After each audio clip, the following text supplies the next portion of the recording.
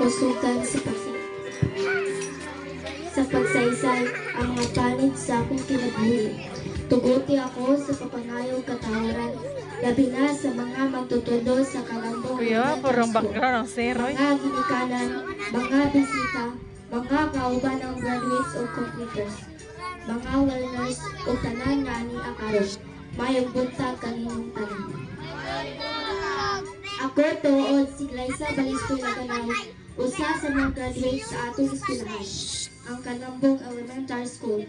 Lumad nga taga Kalambong, anak nila ni Jimmy Laganaw o Elisa Laganaw.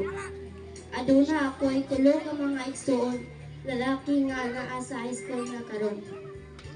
Ang akong papa, usa ka kako, ug ang akong mama, naa sa balay, nagatiman ka namo. Malipayon kami, bisan pa sa among kapobrihon. Kapos sa mga butang, kalibutanon, apan sadyang nabation, uban sa akong mga ginikanan o mga igsoon. Apan usa ka daw.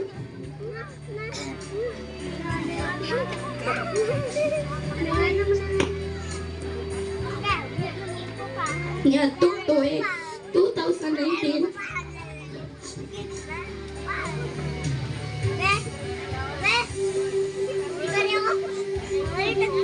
Among nasayran, kapatid na ang among naman. Patid na ang among kaligisang.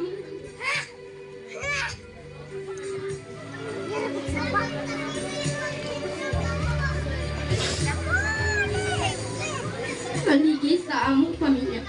Dili jud kapugngan ang among pagtulo sa among mga luwa tungod sa iyang pagkawala. Minsan na may mubuhi na mo o pa-eskwela o musangkap sa among ipanginahanglan. Patay na ang among amay nga maoy gisalikan sa tanan. Diyos ko, pagkapait sa among ginangatan. Karon, nagkabuwag-buwag ming manakson, ako nagpuyo sa ila at itsyo na dahil nga maoy nagpa-eskwela na ako.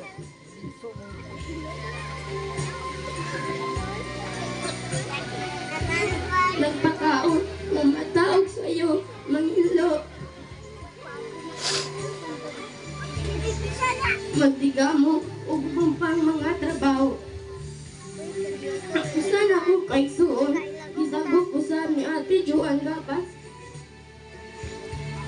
Nga maoy nagastos sa iyang pagtuon.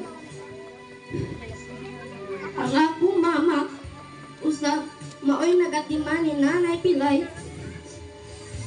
Tiglaba, tigpakaon, o mga gamay sol, maoy gibuhi sa akong mga igsoon.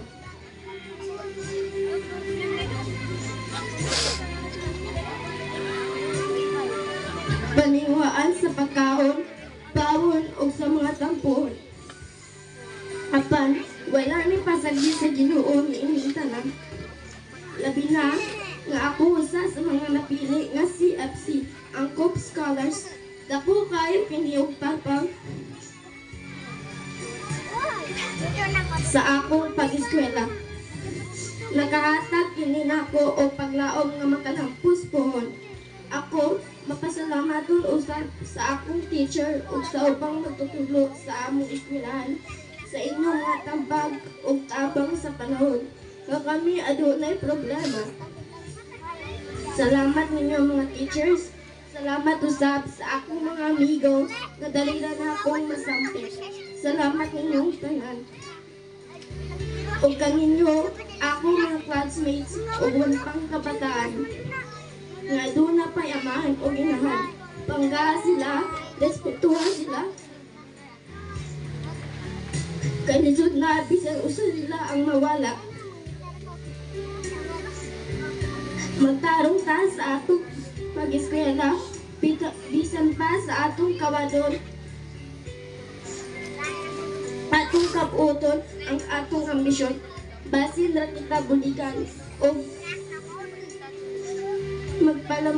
magmalampuson, labaw sa tanan, mag-ampot ta kanunay, kay walay kita'y mahilo kung wala siya. Salamat o mayong adlaw kang tanan.